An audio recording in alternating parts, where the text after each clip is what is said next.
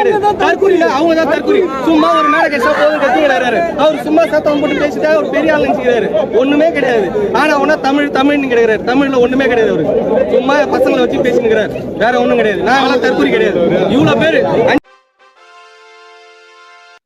அனைவருக்கும் வணக்கம். நமது விழித்தமிழா சேனலை சப்ஸ்கிரைப் ஆதரவளியுங்கள். நம்ம இன்னைக்கு ஒரு தற்கூரிகளின் கட்சி பற்றி தான் பேச போகிறோம். நம்ம எதற்காக தற்கூரி கட்சி நம்ம பேசுகிறோம்னு சொன்னீங்கன்னாக்கா, இந்த மக்களை முட்டாளாக்குவதற்காக இந்த விஜய் அவர்கள் வந்திருக்கிறார் என்பதை நம்ம அம்பலப்படுத்த வேண்டிய கட்டாயம் இருக்கிறது. அதனால தான் எப்படி முட்டாள் ஆக்குறாரு பார்த்தீங்கன்னாக்கா, இந்த தமிழ் சினிமாவில் வந்து திரைப்படம் மூலம் வந்து படங்கள் மூலம் நடித்து அதன் மூலம் ஆட்சியை பிடித்து விடலாம், இந்த மக்கள் நம்பி விடுவார்கள் என்ற அந்த எண்ணத்தில் இருக்கிற பார்த்தீங்கன்னா அதை நம்ம தோலுரிக்க வேண்டிய கட்டாயத்தில் இருக்கிறது. அதுக்கு இந்த மக்களை அதுபோல் என்ன செய்யலாம் பார்த்தீங்கன்னாக்கா, திரைக்கவழ்ச்சியின் மூலம் மக்களை வீழ்த்த நினைக்கிறார் இந்த விஜய் அவர்கள். இந்த அறிவற்ற கூட்டங்களில் இருக்கிறதுனால தான் அவர் நம்ம அரசியலுக்கு வந்துடலாம், ஆண்டடலாம், எண்ணம் எப்படி ஒன்றுக்குதுன்னா நம்மளை போன்ற சிந்திக்காத மக்கள் இருக்கிறனால தான் அவருக்கு அந்த மாதிரி எண்ணம் தோன்றுகிறது. அதை நம்ம முதலில் புரிந்து கொள்ள வேண்டும். இவர் எதற்காக கட்சி தொடங்குகிறார், எதுக்காக வருகிறார் என்பதை நம்ம சிந்திக்காவிட்டால் எதிர்கால தலைமுறையை பாழாக கொண்டு விட்டுருவோம். நடிகர்கள் ஆளக்கூடாது என்பதில் நடிகர்கள் திறமையான படிப்பு இருக்குது, அறிவு இருக்குது, ஆற்றல் இருக்குது, தெளிவு இருக்கிறது, நல்ல சிந்தனை இருக்குதுன்னு பரவாயில்ல. எந்த ஒரு அடிப்படை அறிவு தகுதி இல்லாமல் திரைப்படத்தில் மட்டுமே கவர்ச்சியாக கொண்டு மூலதனமாக கொண்டு ஈஸியாக ஆளலாம், மக்களை நம்பிவிடுவார்கள் என்று நினைக்கிறார்கள் பற்றியா அதை நம்புவதை நம்ம மக்கள் சிந்திக்க வேண்டும். நம்ம இப்போ வந்து கரூரில் வந்து ஈரோட்டில் ஒரு பொதுக்கூட்டம் நடந்துச்சு. அதாவது இப்போ ஈரோட்டில் வந்து மறுபடியும் கரூர் சம்பவத்துக்கு பிறகு ஈரோட்டில் மறுபடியும் இந்த கூட்டம் நடக்கிறத ஏற்பாடு பண்ணியிருக்காங்க. இன்று நடைபெற இருக்கிறது. அது நாளைக்கு தெரியும். இவங்களுடைய இந்த லட்சம் இந்த ஒரு மாநாட்டில் கூத்தடிச்சவங்க எப்படி அட்ராசிட்டி பண்ணாங்களா, அணிலி சேட்டைகள் அதெல்லாம் நாளைக்கு எப்படி இருக்குன்றாங்க. இது கடந்த எல்லா கூட்டத்திலுமே விஜய் ஒரு மொக்கையான பேச்சு தான், அறிவற்ற பேப்பர் பேச்சு தான், உள்ளத்திலேருந்து வரவே இல்லை, மேம்பாக்கமான பேச்சு, வாக்காக தான் பேசுகிறார் விஜய், மக்களாக பேசவில்லை. இந்த ஒரு மாதத்தை பேசினா இன்னொரு மாதம் போட மாட்டார்கள் என்ற பயத்திலேயே அவர் வந்து சில இதில் பேசாமல் இருக்கிறார். மௌனம் இருக்கும்போது எதுக்கு அரசு வச்சுக்கிறார்? எல்லோருக்கும் தெளிவாக தைரியமாக பேச வேண்டிய தலைமை தேவை. வாக்குக்காக வெற்றிக்காகவும் பேசுகிறவன் தான் என்னைக்காவது அவன் மக்களை ஏமாற்றுவான், சுயநலமாக என்ன வேணால் செய்வாங்கிறது அதுவே ஒரு உதாரணமாக இருக்கணும். இந்த ஈரோடு நடந்த கூட்டத்தில், மாவட்ட செயலர் கூட்டத்தில் வந்து கடலூர் வந்து விஜய்ன்னு சொல்கிறான் கட்சி. எப்படியாப்பட்ட ஆளாக இருக்கும் பாருங்க. கடலூர் விஜய் ஈரோடு மாவட்ட செயலர் கூட்டத்தில் பாலாஜிங்கிறவர் பேசுறாரு. மாவட்ட செயலர் கடலூர் வந்து ஒரு கடவுள் மாதிரி அவர் விட்டுறக்கூடாது, கோயிலுக்கு கொண்டு போகணும். நம்ம தெருவில் உருமா கொண்டு போனோம் பத்தாது, அதை அப்படியே கோயிலுக்கு கொண்டு போய் அமர்த்த வேண்டும். கடவுளுக்கு ஈக்குவலாக ஒரு விஜய், ஒரு தற்கூரி விஜய் இருக்கிறாங்கன்னா எவ்வளோ அடிப்படை அறிவுற்ற நம்ம இருக்கிறதுனால அவர் பேசுவார். கடவுள் நேராக விஜய் பேசுகிறான். ஒரு கூத்தாடி வந்து கடவுள் சமமானா? இந்த கேள்வி உங்களையா எழும்பல? இது வரணும் உங்களுக்கு. எல்லாத்தையும் தலையாட்டக்கூடாது. இவன் கடவுளா? கடவுள்னா கரூர் 40 பேரை கொலை வச்சுட்டு திருடி கொண்டு போட்டு அதில் வந்து ஒரு கவனத்தில் வந்து செருப்பு தூக்கி தெரிஞ்சா என்ன திட்டமிட்டு கொல்லப்படுறாங்க, போலீஸ் மேலே வழியை போட்டு பாதுகாப்பு இல்லை அதுலன்னு சொல்லிட்டு முன்னாடியே பாதுகாப்பு இருக்குன்னு பேசின விஜய் தான் பிறகு பாதுகாப்பு இல்லாமல் திட்டமிட்டு பட்டாங்கன்னு குற்றம் சொல்லிட்டாரு. ஒன்றும் வந்து கடவுளா? இந்த கொள்கை கோட்பாடு இல்லாத கூமுட்டை எந்த ஒரு தத்துவம் அடிப்படை இல்லாத அரசியல் தற்கூரியே எது சொன்னாலும் நம்புறீங்க நீங்க அந்த அளவுக்கு. இப்படி இதே நாஞ்சி சம்பத் அவர்கள் தான் ஒரு தவக்கலை தற்கூரி ஒன்றும் தெரியாது அவனுக்கு அப்படின்னு பேசினாரு. யார்? நாஞ்சில் சம்பத் அவர்கள். இப்போ அதே ஒரு புகழ்பாட ஜிவி கல்யாணத்தை விட்டு ஜாலரா அடிச்சுக்கிட்டு இருக்காரு. காசுவா கூட கூட்டல ஒரு மாசு இருக்கிறது. ஏன்னா அங்கே வாடகை அங்கே எங்கே காசு கொடுத்து குலைக்கணும்ல. அப்போ நீங்கள் தற்கூரிகள் என்ன பண்ணுறீங்க? எந்த கட்சி யாரை வந்தாலும் சரி, யார் பொழுது பேசினாலும் சரி, உடனே அவனை வந்து எல்லாம் என் கட்சி வந்துட்டாங்களா இருக்காதீங்க. தேவைக்கு வருகிறார்கள் உங்களை. நீங்களும் தற்கூரியாக இருக்கிறனால தான் அவர் பயன்படுத்தி கொடுக்குறார்கள். இப்போ சொல்லுங்க, இப்போ டிவிக்கில் இருக்கிறாரு, இப்போ என்ன சொல்ல போறீங்க? அவங்க இதுக்கு முன்னாடி காரி துப்பிட்டு இருந்தாரு. அந்த விஜய்க்கு அந்த சொரணம் இருக்கா இல்லையா? சொரணம் சொல்ற தப்பா எனக்கு அந்த உணர்வு இருக்கா இல்லையா? அவருடைய நோக்கம் என்ன? எல்லாரையும் அழைச்சி விட்டு ஒரு பிம்பத்தை காமிக்கணும். நம்ம நோக்கி எல்லாம் வராங்க, நம்ம தான் ஏற்கிறாங்கிற பிம்பத்தை எல்லா கட்சிகளும் தலைவர்களையும் கூட்டு விட்டு ஒரு பிம்பத்தை கட்டமைக்கிறார். அவங்கெல்லாம் வருவது உங்களை ஆட்சியில் அவங்க உட்கார வச்சு அழகு பார்க்கறதுக்கல்ல, விஜயகாந்த் காலி செய்தார் போல் உங்களை காலி செய்வது தான் வருகிறார்கள். அதுதான் ஒரு நோக்கம். பிஜேபி திமுக திட்டமே அதுதான். நாம் தமிழ் கட்சி வளர்ந்து வரும் சூழ்நிலையில இதை திட்டமிட்டு தடுக்க வேண்டும் என தொடர்ந்து ஒரு கட்சியாக வந்தார்கள். அந்த அடிப்படையில் விஜய் அவர்களும் நோக்கம், அவர் ஏதோ சூழ்நிலையில் தள்ளப்பட்டிருக்கிறாரு. அதை வந்து இவருக்கு வேற வழியெல்லாம் பண்ணிட்டு இருக்காரு. பின்னாடி உணர்றதுக்கு வாய்ப்பு இருக்கு. உணர்ந்தான் நல்லதுன்னு நம்ம நினைக்கிறோம். அதை வந்து ரசிக குஞ்சுகள் சொல்றதுக்கு பதிலாக நல்லா சிந்திக்கிற குஞ்சுகளாக இருக்காதீங்க, ரசிக மனப்பால இருக்காதீங்க, நல்லது சிந்திங்க. நாட்டின் எதிர்கால தலைமுறைகள் என்ன சொல்றாங்கன்னா, இளைஞர்கள் இருக்க அந்த இளைஞர்கள்லாம் திக்குத்தோட பின்னாடி போகாதீங்கன்றது எங்களுக்கு மிக ஒரு ஆதகமா இருக்கிறது. ஒருவர் வந்து சொல்லிட்டு இருக்காரு, சீமான் எங்களை தற்கூரி சொல்றாங்கன்றாங்க. அப்புறம் இந்த மாதிரி நீங்க செயல்பாடுகள் என்ன தற்கூரி செலவு என்ன சொல்றது? ஒரு தலைவர் என்ன பேசுறாரு தெரியுமா? அவருக்கு புரியாம ஒன்று பேசிட்டு இருக்காரு. அவர் உள்ள கட்சி பொறுப்பாளர் மாட செயலாளர்கள் வாய்க்கு வந்தாலும் உளறாங்க. அதை ஓடி எல்லாத்தையும் கை தட்டுறீங்க. உங்களுக்கு தற்கூரி செலவு என்ன சொல்றது? அதுல ஒரு சொல்றாரு, ஒரு சீமானுக்கு ஒண்ணுமே தெரியாதான். சீமான மேட கத்திக்கிட்டு இருக்காரு, தமிழ் என்ன இருக்குது அவனுக்கு ஒன்றும் தெரியாது. அப்பனா எந்த அளவுக்கு அடிப்படை அறிவற்ற அரசியலாக அவர்கள் இருக்கிறார்கள் பாருங்க. சீமான் பேசுகின்ற தமிழ் அரசியல், தமிழ்நாடு, தமிழர் மண்ணு, வளம் சார்ந்த விலைகள், அதை வச்சு நமக்கு தேவையான பொருளாதாரத்தை ஈட்ட வேண்டும், எதிர்கால சிந்தை இப்படின்றா பேசுகிற அரசியல் தமிழ்நாட்டில் 15 நடத்திட்டு இருக்காரு. இதெல்லாம் பார்க்கல நீங்க. அப்ப இது எதுவுமே பார்க்காம கூத்தாடி பின்னாடி போயிட்டு இருக்கீங்க பாத்தீங்களா? இதுதான் தற்கொலை அரசியல் நாங்க சொல்றோம் உங்களை. அப்ப இந்த மாதிரி மனநிலை இருக்கிறவங்களை வந்து நாங்க என்ன சொல்றது உங்களுக்கு? இது தெரியாம என்ன பண்ணிட்டு இருக்கீங்க நீங்க? இப்ப யார் தற்கூரி? நீங்க தான் தற்கூரி.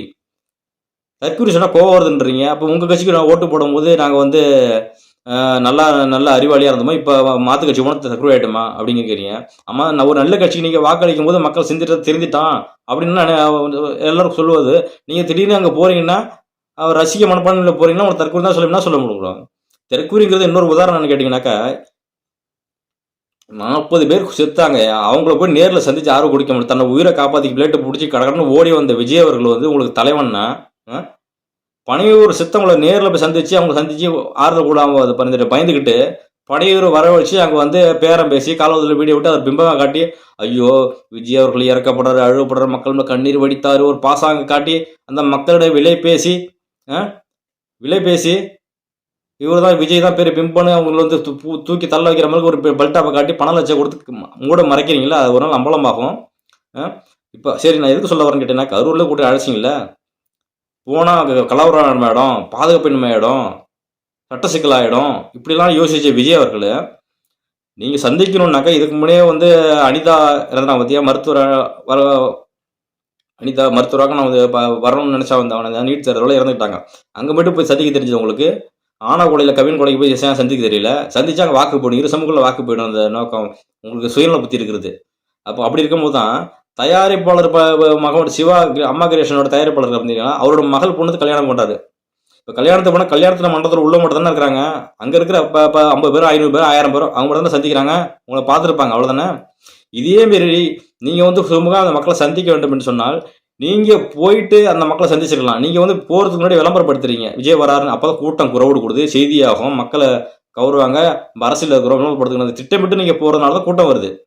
உதவி செய்யும் எண்ணத்தில் போகல, விளம்பரம் இட போகிறீங்க. இப்போ எத்தனை நிகழ்ச்சிகளை நீங்கள் சொல்லாமல் போகலாம். மழை வெள்ளம் வந்தால் எது வந்தாலும் பனையூருக்கு வாங்கன்றீங்க. உங்கள் அதிகார திமிரு போக்குன்னா காசு இந்த மக்களெல்லாம் ஒன்று கோடி கோடியாக டிக்கெட்டை கொடுத்து பார்த்து ஒரு கோடியில் உட்கார வச்சு அந்த மிதப்பில் அந்த காசை வச்சு, ஏன்னா நல்லா படித்த அரசியல் அறிவாளிகள் எல்லாம் அரசியல் ஆள வரணும்னா அவங்களுக்கு பணம் கிடையாது, இந்த மக்கள் கிடையாது. நம்ம நடிச்சிட்டோம், பல கோடி இருக்குது, இதை வச்சு கூட்டம் பண்ணணுமா, இதை பண்ணணுமா, எங்கே பண்ணணுமா, எல்லாம் பணம் இருக்குது, ஏதாச்சும் இதை வச்சு பிம்பப்படுத்திடலாம் அப்படிங்கிற இந்த பணத்தை பேராசை தான் காரணம் உங்களுக்கு. கேட்டால் ஒரு கதை சொல்கிறது வந்து விஜய் நல்லது செய்ய வர்றாரு அப்படி ஒரு கதை கொடுக்குறது. நல்லதுன்னா அந்த அங்கே இருந்துட்டு பணம் சம்பாதிச்சு வச்சு நல்லது செய்ய வேண்டியது தானே நீங்கள். சரி, இது ஒரு ஓகேங்க கூட.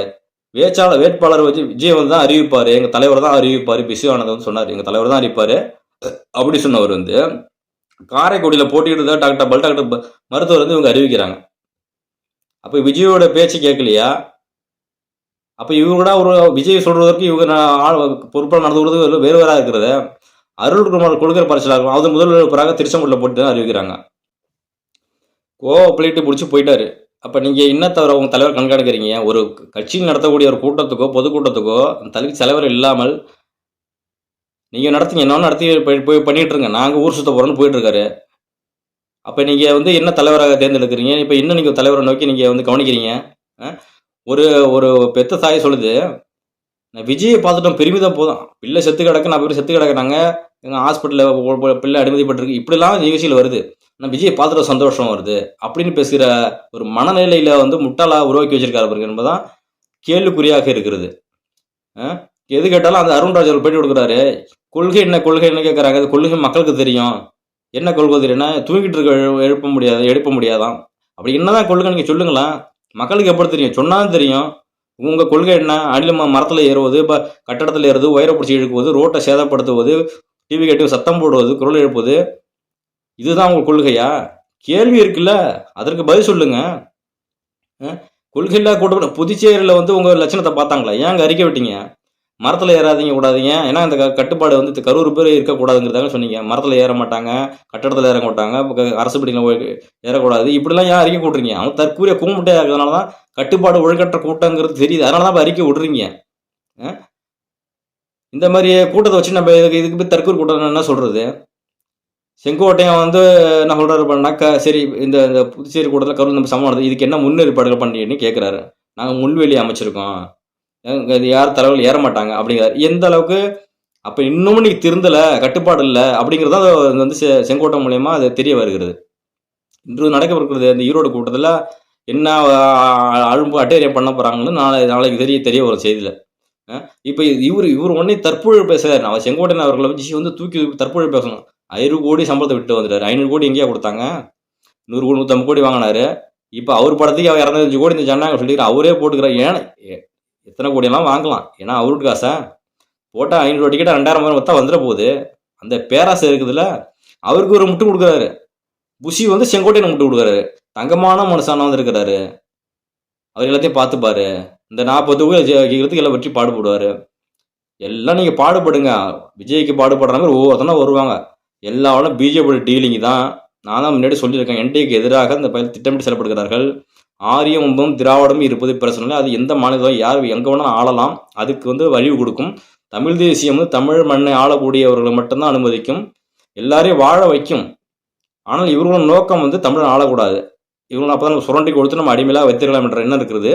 அதற்கு நம்ம அந்த மக்கள் வந்து நீ துணை போகாதீங்க, ரசிக கூட்டமாக போகாதீங்க அப்படிங்கிறத நாங்கள் கேட்டுக்கொள்கிறோம். நாங்கள் இப்போ இதெல்லாம் ஒரு பக்கம்னா இது தொடர்ந்து பிரம்மங்க இந்த நடிகர் கூட்டங்கள்லாம் வந்திருக்கு, விஜய்க்கு தான் வரட்டும் ஆதரவு இந்த மாதிரிலாம் சொல்ல. இப்போ ஏன்னா கூத்தாடி வந்து தூக்காமல் யாரும் பேசுவா அப்புறம்? ஏன்னா அவங்கள கூத்தாடி தான் சப்போர்ட் பண்ணுவாங்க. அப்புறம் இப்போ இவர் பிஸ்மி சொல்கிறாரு, ரஜினி கமலோட ஒரு பெரிய பேரிடத்துல வந்துடும், மாசு இருக்குதான், கூட்டம் இருக்குதான், அள்ளி தூக்கிடுமா, அவங்களாம் இப்போ போகிற மக்கள் செல்வாக்கு அதிகமாக இருக்குதான். எனக்கு இது ஒரு வாடகை வாய் மாதிரி நாஞ்சி சம்பத்து மாதிரி ஒன்று பேசுவார். அதெல்லாம் சொல்கிறேன்னே, பிம்பருக்குன்னு ஏன் கட்டமைக்கிறான்னா, இந்த மக்களை வந்து திரையில் நடிக்கிற கூத்தாடியை வந்து அதுதான் பிம்பம், அதுதான் ஒரு எண்ணம் செயல்பாடுகள், அது ஒரு நடிப்புன்னு தெரியாமல் அவன் தான் உண்மையான உலகம்னு நினச்சிக்கிட்டு அவனை தூக்கி பிடிக்கிறாங்க. தற்கூரிகள் இதில் தான் நம்ம சொல்கிறோம். நம்ம இது இன்னொரு பார்த்தீங்கன்னாக்கா தாவ கட்சிக்குள்ளேயாக்க இவன் மாற்று அரசு வந்தவர் என்ன பண்ணுறாங்க, ஒரு நாம தமிழ் கட்சி பொறுத்த வரைக்கும் ஒவ்வொரு திறமையை பொறுத்து பொறுப்பு கொடுக்குறாங்க. இந்த நம்ம கட்சியில் பார்த்தீங்கன்னா, டிவி கட்சியில் பார்த்தீங்கன்னாக்கா காசு கொடுத்தாலும் பொறுப்பு கொடுப்பாங்க. யார் காசு தராங்களோ இது எதிர்த்து பனையூர்லேயே அவன் கட்சியிலே போராட்டம் பண்ணுறானோ. வட்ட செயலாளர் பிரதீப்ங்கிறவர் அவர் வந்து கட்சியிலோடு நீக்கிறாங்க. ஏன்னா இந்த ஆதவ ஒரிஜினை போட்டோ போட்டு நீக்கிட்டாங்க. மாவட்ட செயலாளர் மணிகண்டன் வந்து அவர் தான் மாவட்ட செயலாளர் போராட்டம் பண்ணுறாரு. ஒரு மாவட்ட செயலாளர் மணிகண்டன் தான் சொல்கிறாரு வந்து பணம் பதிவு இவர் தான் இப்போ பணம் கொடுக்கலாம் தான் பொறுப்பு கொடுக்குறாங்க அப்படி கட்சியில் உள்ள போராடுறாங்க. அது யாருன்னா இந்த மாவட்ட செயலர் மணிகண்டன், இவரோட இதுதான் இந்த பிரதீப் நீக்கியிருக்கிறாங்க. அப்போ எம்ஆர் என்ன சொன்னார், திரைக்கூத்தில் கூத்தாடியாக பாருங்க, நடிகன்கிட்ட கொடுத்தா கூத்தாட்டி நாட்டை கொடுத்துருவா, படித்தோமா படத்தை நடித்தோமா காசு கொடுத்தா பாரு சரிசியமாக பார்த்துட்டு போவாங்க, நீங்கள் கொடுக்குற காசை தான் நாங்கள் நடிச்சுட்டு வாழ்கிறோம், உங்கள் காசை தான் நாங்கள் வாழ்கிறோம், அவங்களாம் உங்களை சேவலை தலைமை நினைக்காதீங்க அப்படின்னு அப்போவே எம்ஆர் ராஜா காரியத்தை ஒப்பிருக்கிறாரு. அது இன்னும் இந்த தற்கூறு கொடுக்கல எனக்கு புரியல. இப்படிப்பட்ட தற்கூரியை தான் எம்ஜிஆருக்கு நிகராக பேசுகிறாங்க. எம்ஜிஆர் கதையை வந்து புதுசாக 1974 1974 84 92 இப்படிலாம் ஒரு கதை சொன்னார். அங்கே வந்து பாண்டிச்சேரி ஆட்சி அமைக்கிறதுக்கு முன்னே அமைச்சிட்டாங்களாம். அது ஆட்சி அமைக்கிறதுக்கு காரணமே பாண்டிச்சேரி தான் ஒரு உதாரணமாக இருந்தது. அதனால் தமிழ்நாட்டில் அமைச்சாங்க, 1974 அமைச்சார் ஒரு சொன்னார் கதை விஜய் அவர்கள். எம்ஜிஆர் அமைச்சார், எம்ஜிஆர் புகழ் இருந்துச்சு, அவர் வந்து படத்தில் நடிப்பு இருந்தாலும் அவர் வேறு கட்சியில் பயணித்ததன் மூலம் கட்சியில் வேறு கட்சியில் இருந்தாலுமே எம்ஜிஆர் அவர்கள் திரைப்படத்தில் இருந்தாலும் திரைப்படத்தின் மூலயமா நல்ல படம் நல்ல சொற்களையும் நடத்தினார். அவருடைய பாட்டுகளும் மக்களை தாக்கத்தை ஏற்படுத்துது. அப்புறம் வேறு கட்சியில் இருந்து தான் வந்து திமுக தான் வந்திருக்கிறாரு. அதனால் அவர் ஈஸியாக அதுலேருந்து வந்து அதோட ஈஸியாக ஆட்சியை பிடிக்க முடிந்தது. அவருக்கு ஈக்குவலம் கூத்தாடி எந்த வித நிகரற்று பேசுவது, எம்ஜிஆரை அசிங்கப்படுத்துவது இந்த தற்கூரி விஜய் அப்படிங்கிறத வந்து நீங்கள் புரிந்து கொள்ள வேண்டும். இதில் ஒரு போட்டி போட்டு ஈரோட்டில் வந்து போட்டி விஜய் ஆனந்துக்கு மாலை போடுறதுல போட்டி. யார் ஈரோட்டில் நீ போடுவே, திருப்பூரில் நான் வந்து போடணும். இதுக்கு போட்டி மாலை போடுறது எதுக்கே போட்டி அடிச்சுக்கிறாங்க. இவங்களும் தற்புகழ் போடுது. ஏன்னா ஏற்கனவே பார்த்தீங்கன்னா இந்த வந்து கட்சி ஆரம்பிச்ச மாவட்ட பொறுப்பெல்லாம் கொடுத்தாங்க பார்த்தீங்கன்னா, ரோடு ஷோ போட்டுக்கிட்டு கிரேனை வச்சுட்டு மாலை போட்டுட்டு தூவிக்கிட்டு ரோட் அட்ராசிட்டி பட்டிக்கிட்டு இருந்தாங்க பண்ணா. இதுதான் தற்கொலை கூட்டாங்கிறான். வேறு எந்த கட்சியும் திருப்பி நடக்காது. திமுக ஏற்கனவே அந்த 2.0 தான் இந்த தாவக்கா ரெண்டுமே காசில் அவர் ஏற்கனவே கொள்ளையடிச்ச பலாயிரம் கூட வச்சிருக்காங்க திமுக. அதை வச்சு பல கூட்டங்கள், பொதுக்கூட்டங்கள், நிகழ்வுகள், ஆர்ப்பாட்டங்கள், அலவரப்பறைகள் பண்ணுறாங்க. இவர் திரைத்துறைமுறை கூடிய கம்பளத்தை முதலீடாக போட்டு இவர் ஒரு காயநகத்தை திட்டமிட்டிருக்கிறாரு. புஷி ஆனந்தை பற்றி இப்போ திமுகவில் இருந்த பிடி செல்வகுமார் அவர் கூறுகிறாரு. இந்த பிடி செல்வகுமார் யாரு பார்த்தீங்கன்னா ஏற்கனவே தாவக கட்சியில் இருந்தவர். அவர் வந்து ஏற்கனவே இந்த அதாவது விஜய் மக்கள் எழுதி வந்து அவங்க அப்பா சந்திரசேகர பங்களிப்பில் இருந்தது. பின்பு பிடி செல்வகுமார் இருந்ததான் வந்து அந்த வந்து செயல்பட்டு இருந்தார். ஆனால் இடையில வந்து ரெக்கமெண்டேஷன் தான் அந்த வந்து புஷி ஆனந்தை வந்து சேர்ந்தார். இவரே இந்த டிவி கட்சி அழிச்சு விடுவார் அப்படிங்கிறத அவர் சொல்லியிருக்காரு. நமக்கு என்னன்னு கேட்டோம்னாக்கா இன்னொரு தற்கூறு கூட்டம் வந்துடும்னாக்கா விஜய் கட்சி ஆரம்பிச்ச பிறகு இலங்கையை சேர்ந்த ராஜபக்ஷன் நம்மள் பக்கம் ஆதரவு தெரிவிக்கிறான். அப்போ எப்படியாப்பட்ட பாருங்க, நமக்கு ஒரு சாதகமாக ஒருத்தன் வந்திருக்கான். திமுக ஏற்கனவே இருந்துச்சு, நம்மளுடைய செயல்பாடுகளுக்கு ஆதரவாக இருப்பார். இப்போ இலங்கை பிரச்சனை, ஈழ பிரச்சனை, இந்த கச்சத்தீவு பிரச்சனை வந்துருக்குது. இப்போ இந்த தமிழ் தேசிய தடைக்கு விஜய் ஒரு காரணமாக இருக்குன்னா வாழ்த்து சொல்கிறான். ஏன்னா இடத்தோட தானே சேரும். அவங்களாம் ஒத்த கொள்கை இருக்கிறாங்கல்ல, அது வந்து அம்பலமாகிறது. இதெல்லாம் தெரியாம அந்த தற்கூரிகள் வந்து என்னதான் பண்ணிட்டு இருக்கீங்க? அது இல்லாம தொடர்ந்து கட்டமைக்கிறாங்க பாரு. விஜய் அப்பா சொல்லுகிறாரு, பையனுக்கு வந்து படத்துல இவ்வளோ கோடி சம்பாதிச்சுக்கலாம், அப்படி இருந்திருக்கலாம். ஆனா அவருக்கு என்ன மக்கள் சேவை செய்யணுங்கிற எண்ணம் வந்திருக்கு. பாத்தீங்களா, பல கோடி சம்பாதிச்சாலும் அதை செய்ய மனசு இல்லையா? என்னோட டிக்கெட் 1000 2000 காசு கொடுத்து பார்க்குறப்ப சேவை செய்யணும் வரல அவருக்கு. இப்போ சேவை செய்யணும் எண்ணம் வந்திருக்குதான். அது அவர் பார்த்த சில படங்கள், நடித்த படங்கள்லாம் அவருக்கு தாக்கத்தில் ஏற்படுதான்.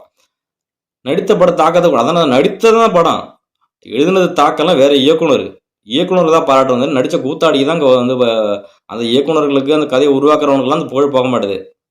வெளியில் பிம்பம் வேஷம் போடுறான் பாரு, அவனு தான் எல்லாம் புகழ் பேசிக்கிறது. சரி, இப்படி தொடர்ந்து கட்டமைக்கிறாங்க. விஜய் வந்து பிம்பம் அவர் தான் ஒரு எதிர்காலங்கிற மாதிரி கட்டமைச்சிட்டு இருக்கு. ஏன்னா அதுக்கு தவிர படத்தை ஒன்று தயாரிக்கிறானோ. படத்தை 3 மணி நேரம் 6 நிமிடம் சொல்கிறாங்க படம். அந்த படத்தில் கடைசி 20 நிமிஷம் விஜய் புகழ் பாடுறதுக்கும் இந்த படத்து நோக்கமே என்ன கேட்டீங்கன்னா, இப்போ கடைசி இடத்துல கொண்டா இந்த ஏற்கனவே கரூரில் அந்த வைக்கிறவங்க குற்றச்சாட்டு இருந்தார் பத்திரிகையாளர். இந்த சில நிறைய கேமரா வச்சுருந்தாங்க, இதில் ஷூட்டிங் எடுக்கப்பட்டது. இந்த படம் தான் தெரிஞ்சுவிடும் ஷூட்டிங் என்னன்னு தெரிஞ்சிடும். எனக்கு காட்சியில் வச்சு மக்களை ஒரு கூட்டத்தை கிரௌடு கட்டமைப்பது இந்த திரைப்படத்தின் மூலியமாக திரைப்படத்தின் மூலியமாக மக்களை சீரழிச்சாச்சு.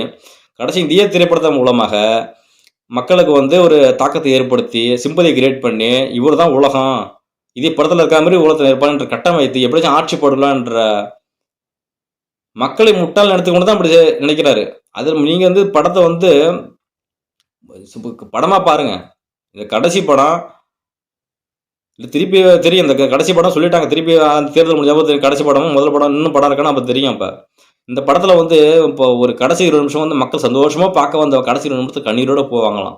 அப்போ இவரோட நோக்கம் என்ன தெரியுமா? எல்லாத்தையும் தொகுத்து வகுத்து ஒரு அரசியல் பிளான திட்டத்தோட கதையை உருவாக்கி இந்த திரைப்படம் மூலம் விளம்பரத்தை இந்த படத்தை எழுதி எப்படியாச்சும் வந்து மக்களோட வாக்கை பிரிச்சலாம் பெரும்பான்மையாக. ஏன்னு கேட்டீங்கன்னா இது ஒரு இந்த மக்கள்லாம் இந்த பேட்டி கொடுக்குறாங்க கண்ணா பண்ண இந்த நிதானம் எல்லாம் பேட்டி கொடுக்குறாங்க, கண்டபடி பேட்டி கொடுக்குறாங்க, ஒரு கருத்தா வைக்க மாட்டுறாங்க. இந்த மாதிரி கற்கூட்டம் இருக்கிறது விஜய்க்கு சாதகமாக அவர் பயன்படுத்திக் கொள்கிறாரு. தயவு செய்து விஜய் ரசிகர்களே, நீங்க வந்து ரசிகனாக இருங்கள், யாராலும் இருந்துங்கள். கரெக்டாக எதிர்காலத்தை படித்தவர்கள் ஆள வேண்டும். அவர் படித்தவர்கள் ஒரு துளியின் சிந்தனை, அறிவற்ற சிந்தனையா இருக்கிறது. அதற்கு வாய்ப்பு கொடுத்து தமிழ்நாடு திராவிட ஆட்சியில் தமிழ்நாட்டை வந்து திரையில வந்தவங்கள வந்து ஆண்டு நாட்டை பல கோடி கொள்ளையடித்து நாட்டை சாதமாக்கிட்டாங்க. திருப்பியும் திரையிலேருந்து வந்து புகழ வச்சு நீங்க வாக்க ஓட்டு செய்து வீணடிக்காதீர்கள் என்பதை இந்த காலம் தெரிவித்துக் கொள்கிறோம். தயவு செய்து டிவிகேவிற்கு வாக்களிக்காதீர்கள். திமுக வாக்களிக்கிறது ஒன்று தான், திமுக வாக்களிக்கிறது, பிஜேபி வாக்களிக்கிறது ஒன்று தான். நாம் தமிழ் கட்சி வாக்களித்து நல்லதொரு தேசத்தை படைப்போம். நன்றி, வணக்கம்.